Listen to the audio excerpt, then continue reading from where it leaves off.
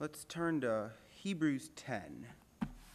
I'm going to be speaking on how Jesus is expecting till his enemies be made his footstool. Jesus is, he's up in heaven. He's a victorious king. He's expecting till his enemies be made his footstool. Hebrews 10, I'm going to read verse 12. Starting at verse 12. But this man, after he had offered one sacrifice for sins forever, sat down on the right hand of God, from henceforth expecting till his enemies be made his footstool. This is what Jesus is doing now. He's expecting till his enemies be made his footstool. A lot of this year's renewal is focused on what Jesus is doing. I'm going to look a little at what Jesus isn't doing. Jesus is not fighting against sin. He's expecting till his enemies be made his footstool. He's sitting down on the right hand of God. Now for some context, I'd like to start at verse 1. There's really no good place to start in Hebrews. It's just the whole thing is good. But we can see how this whole passage is contrasting the Old and New Testaments. The Old Testament was a system of unceasing yet ineffective offering for sin and one of constant defeat. The New Testament is one of a perfect sacrifice for sin and of an assured victory over God's enemies. Amen. Hebrews 10:1. For the law, having a shadow of good things to come and not the very image of the things, can never with those sacrifices which they offered year by year continually make the comers thereunto perfect. For then would they not have ceased to be offered, because that the worshippers once purged should have had no more conscience of sins. But in those sacrifices there is a remembrance again made of sins every year. For it is not possible that the blood of bulls and of goats should take away sins. So here we see the law. The law, it was ineffective. The sacrifices could not take away sins. And there was no sitting down in the law system. They were always offering these sacrifices which could never take away sins. But this isn't the way God wanted it to be. So God sent Jesus. He sent his new covenant. At verse 5, wherefore when he cometh into the world, he saith, sacrifice and offering thou wouldest not, but a body that hast thou prepared me. In burnt offerings and sacrifices for sins thou hadst had no pleasure. Then said I, Lo, I come, in the volume of the book it is written of me, to do thy will, O God. Above when he saith sacrifice and offering and burnt offerings and offering for sin thou wouldest not, neither hadst pleasure therein, which are offered by the law. Then said he, Lo, I come to do thy will, O God. He taketh away the first, that he may establish the second.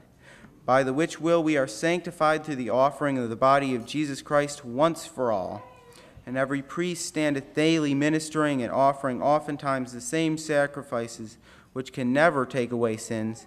But this man, after he had offered one sacrifice for sins forever, sat down on the right hand of God, from henceforth expecting till his enemies be made his footstool. For by one offering he hath perfected forever them that are sanctified. Amen. So this context of this text really gives weight to what this means, that he's expecting till his enemies be made his footstool.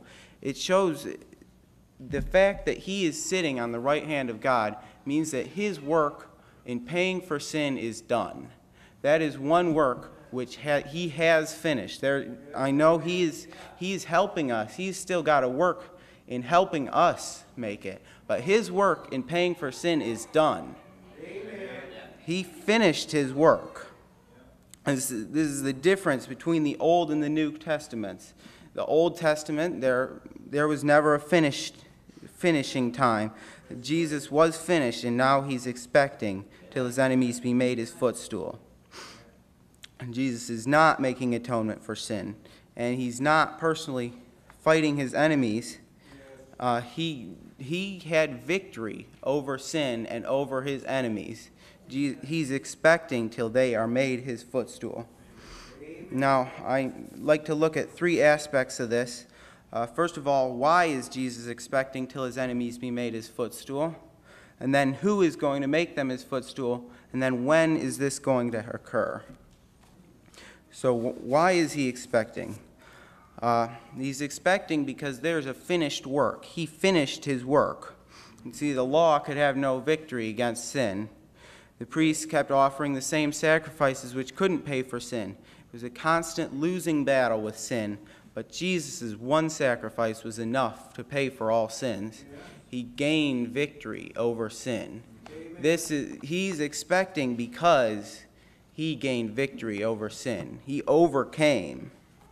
And so if it weren't for his perfect sacrifice, he would not be expecting till his enemies be made his footstool. So we see how important a topic this is, that he is sitting. Because if he weren't sitting, that would mean that his sacrifice was ineffective. But thank God he had an effective sacrifice. And he is expecting till his enemies be made his footstool. When Jesus was on the cross, and they gave him vinegar, and when Jesus therefore had received the vinegar, he said, "It is finished," and he bowed his head and gave up the ghost. No priest under the law could ever say that. The old law, the old covenant, there was nothing that was finished. But Jesus, he finished his work. He did what his Father had commanded him to do. And the verse that was mentioned already today in Hebrews 12:2, looking unto Jesus, the author and finisher of our faith, who for the joy that was set before him endured the cross, despising the shame, and is set down at the right hand of the throne of God. See, he's set down. He finished his work. He endured the cross. He obtained victory over sin, and now he is sitting down. His work is done.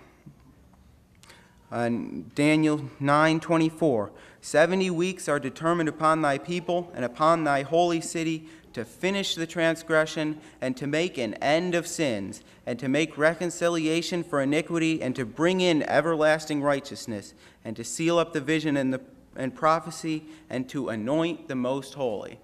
And so we see first he goes in, Jesus pays for sin, he makes an end of sins, he finishes the transgression, and then he's anointed the most holy. He is resting. He's done with his work in paying for sin. Another reason that he's expecting till his enemies be made his footstool is because when he overcame sin, he destroyed his enemies. In overcoming sin, he defeated his enemies. So the cross was the real battle. He came down in his weakness. He went into the enemy's territory, and he defeated the enemy. The cross was the real battle. Jesus had victory in that. Now we know in the end of the world, there's going to be a battle against his enemies, but let's read an account of that. 2 Thessalonians 2:8. And then shall that wicked be revealed, whom the Lord shall consume with the spirit of his mouth, and shall destroy with the brightness of his coming.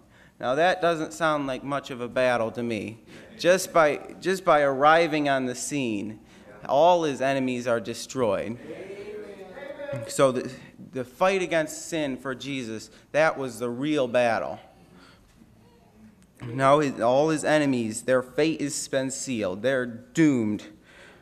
Colossians 2:13, and you being dead in your sins and in the uncircumcision of your flesh, hath he quickened together with him, having forgiven you all trespasses, blotting out the handwriting of ordinances that was against us, which was contrary to us, and took it out of the way, nailing it to his cross.